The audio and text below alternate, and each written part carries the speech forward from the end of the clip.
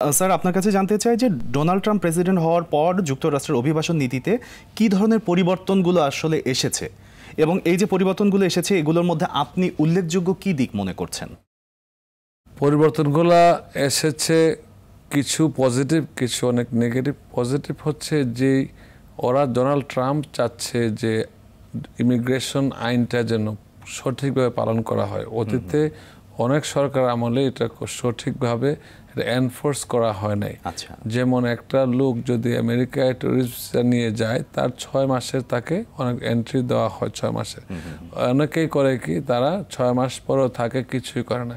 Recently আমাদের একটা order আসছে যে কেউ যদি এপ্রিলের 11 তারিখের পর থেকে আমেরিকায় 30 দিনের বেশি থাকে ভিসা হোল্ডাররা, কয়েকটা ভিসা ছাড়া, তারা কিন্তু রেজিস্ট্রেশন করতে হবে। 30 দিনের পর রেজিস্ট্রেশন না করলে তাকে কিন্তু অনেক পেনাল্টি দেওয়া হবে, ফিউচার তার বেনিফিট বন্ধ হয়ে যেতে পারে।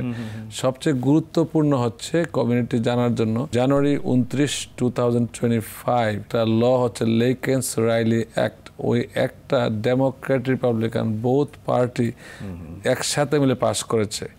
এই অ্যাক্টে বলা আছে যদি কোনো অভিবাসী কোনো ছোট ক্রাইমেও জড়িত হয় তাকে কিন্তু গ্রেফতার তো করবেই, এই জন্য তার ইমিগ্রেশন স্ট্যাটাস বাতিল হতে পারে।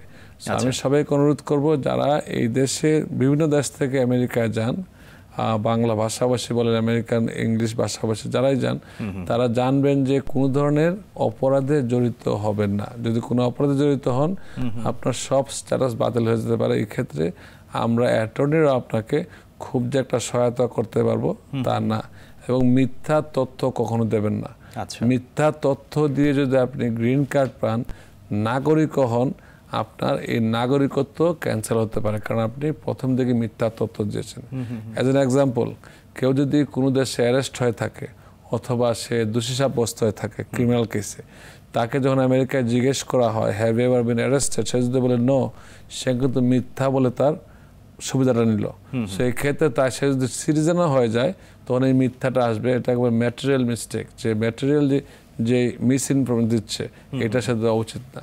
আর যদি সত্য তথ্য দেন তারপরে বেনিফিট পান, এটা সবসময় ঠিক আছে। অনেক সময় সত্য বললে অনেক কিছু সমাধান হয়ে যায়, কিন্তু অনেকে মিথ্যা তথ্য দিয়ে সুবিধা নেওয়ার চেষ্টা করে, এটা করবেন না। তার মানে আপনি বলতে চাচ্ছেন যে কোনো রকম মিথ্যা বা কোনো রকম অতীতের ভুল ত্রুটিগুলো কখনোই আসলে গোপন করা যাবে না, সবকিছু ফেস করে তারপরে আমরা ওখান থেকে যে আমরা অনেক সময় ফেস করি। কোনো লোক ধরেন যারা ডিপোর্ট হয়ে গেছে এখন তারা দেখেন যে আমরা আমাদের কাছে আসে মিস্টার চৌধুরী যে হেল্প, কিন্তু কি হেল্প করবো, তার দেখা যায় অতীত নামে 2-3 নাম আমাদের ডিপোর্টেশন হয়ে আছে, আমরা কোন নামটা ধরবো? সো এই ক্ষেত্রে আমরা সবসময় বলি কোনো কি যাই করেন না কেন বৈধ পন্থায় করবেন। আমাদের স্লোগান হচ্ছে আমেরিকাতে রং হেল্প অলওয়েজ হার্ট। যদি কেউ তথ্য না জানেন, আপনি কোনো রং প্রার্থীর কাছ থেকে, ব্যক্তির কাছ থেকে বা কোনো কাছ থেকে যারা জানা তাদের কাছ থেকে পরামর্শ নেবেন না। এটা আপনার ক্ষতি ছাড়া কোনো সুফল বয়ে আনবে না।